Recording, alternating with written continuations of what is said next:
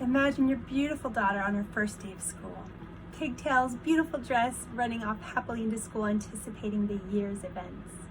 A few weeks into school, she comes home with a light fever, red bumps all over her body. Within the next few days, waves of painful, itchy blisters, tears, crying, open sores that eventually crust over and eventually leave scars all over her body. Chickenpox, created by the varicella zoster virus, highly contagious viral infection that used to be part of a normal childhood.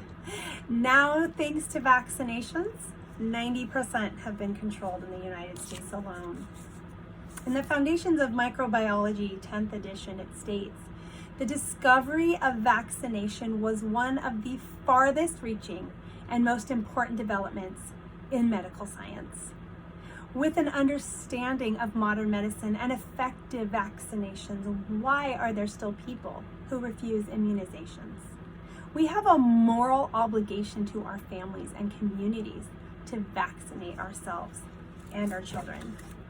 First, I will talk about the immune system, memory cells, and how they impact our ability to fight off disease. Then we will look at reasons why people do not vaccinate.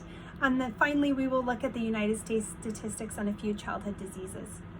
Let's talk about the immune system. Scientific discovery of building immunity to antigens is critical to our understanding. Our body, when exposed to virus and bacteria, attacks the infected cells using antibodies that are manufactured in the body to respond to that particular antigen.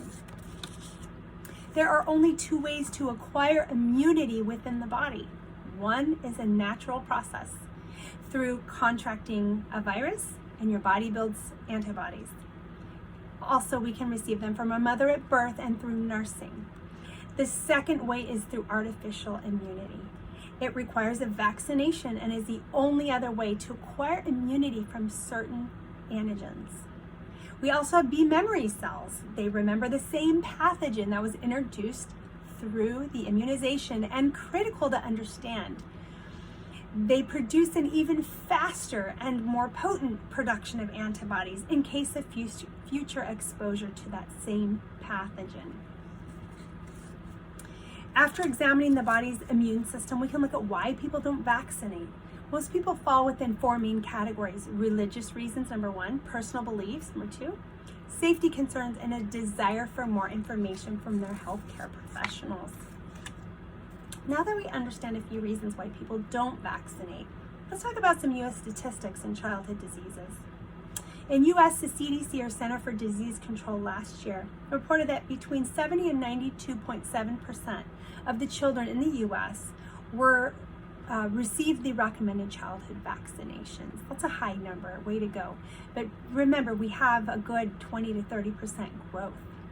Let's look at three of these childhood immunizations that are available. Rubella, transmitted through coughing and sneezing, dangerous for pregnant women and their fetus. If an unvaccinated pregnant woman contracts rubella, she can possibly miscarry or lose her baby shortly after birth. Hib, Haemophilus influenza B. A child can develop brain damage, hearing loss, or death. It typically runs in children under 5 years old. Before the vaccine was created, 20,000 kids per year contracted influenza type B. And out of those 20,000, 1 out of 5 sustained either brain damage or hearing loss.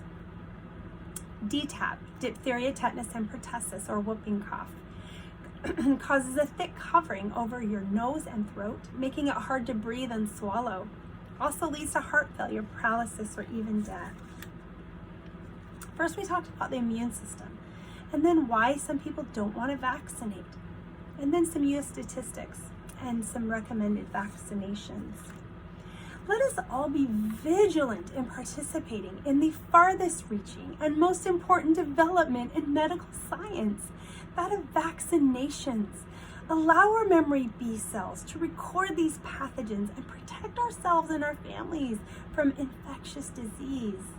Just as we wear masks to protect ourselves and others from COVID virus, let us do the same by vaccinations.